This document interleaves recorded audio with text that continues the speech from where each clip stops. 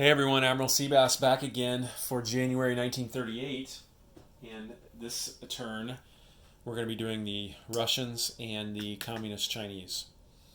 Russians only have $10, so they're going to buy a tech roll, 2 infantry, and save $2. Communist Chinese only have $4, so they're going to spend $3 on a cavalry and save $1.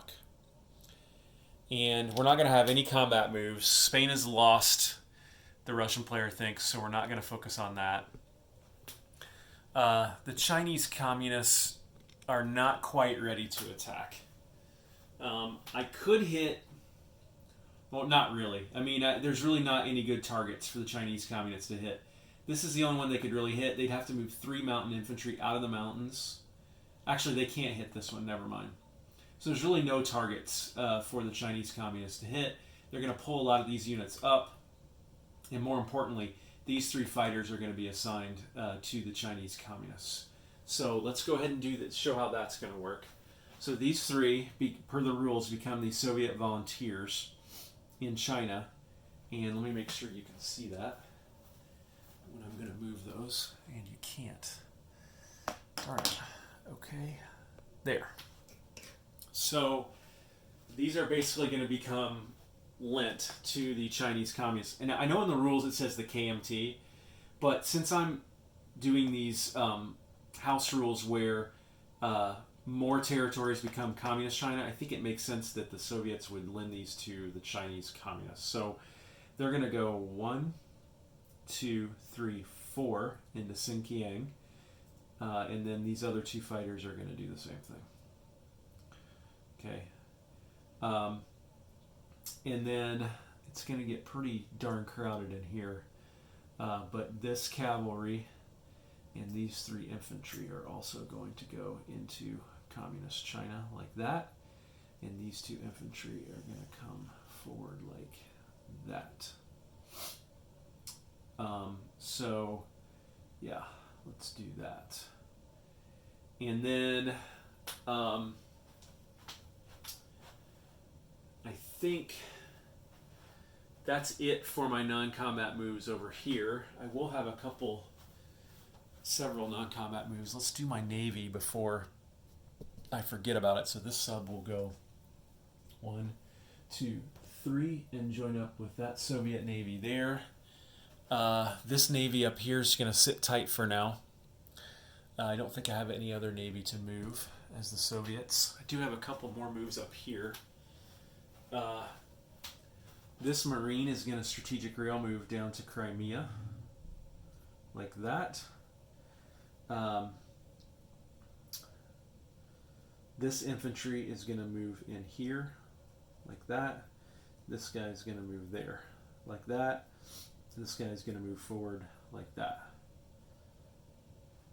And I think that's it for my non-combat moves. I thought about moving the Republican Navy, but I don't think I need to do that or want to do that as the Russian player. So, okay, let's place units. Actually, first, we need to roll for recruitment. Chinese communists have 3 territories now, so they need a 3 or less.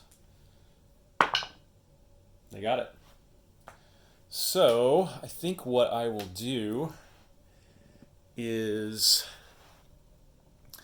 I actually think I'm going to recruit 2 militia just to shore up some things in those 2 territories that I just took. So let's do this. Let's grab 2 infantry out of here. 2 militia markers. And we will have 1 militia here. And we will have another militia here. Just meat shields in the future.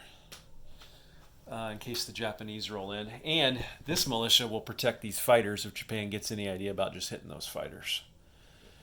And then we still have to place units. So I'm going to, as the Chinese communists, actually going to place my cavalry right here in that territory. And then as the Russians, 2 infantry, and I realized I didn't do my tech roll for the Russians, so I will do that in a minute. I'm going to place 1 infantry here, and I'm going to put, that's a minor factory by the way, and I'm going to put another infantry right here in Leningrad, like that. So let's do the Russian tech roll. Russia's looking to get wartime economy. They need a 7 or higher. Haven't been doing very well on this roll. So let's see if they can get it. 7 or higher. Oh man, not even close. Okay, so that's the situation over here. No border clashes this turn. These fighters are now under the control of the Chinese Communist player until the Soviets recall them. Over here, let's check out the situation here.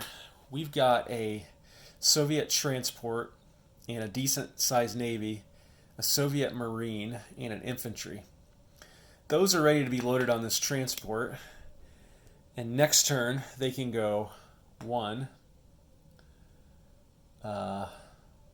2, 3 into here. And then turn after that, they can go 1, join up with this navy, 2, and hit Portugal starting in January 39 when the Soviets can attack neutral countries. So that's what's going to happen there. These 2 infantry, cavalry, and a light tank are ready to go into Azerbaijan, into Iran, threatening Iraq and the rest of Iran. We've got a decent sized force here.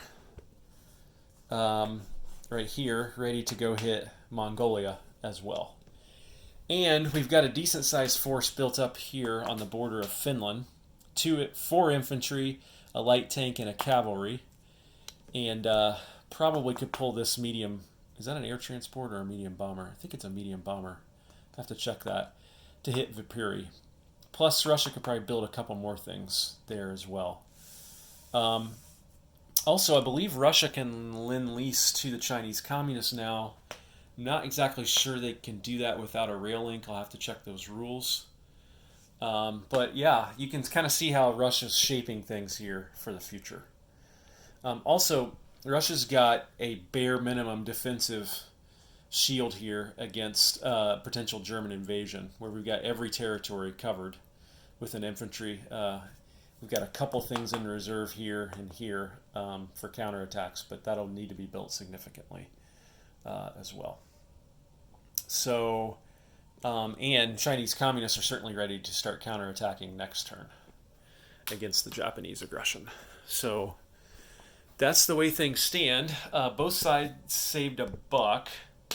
China now collects 3 because they have a land territory bordering the USSR, so they'll have another $4 to spend next turn.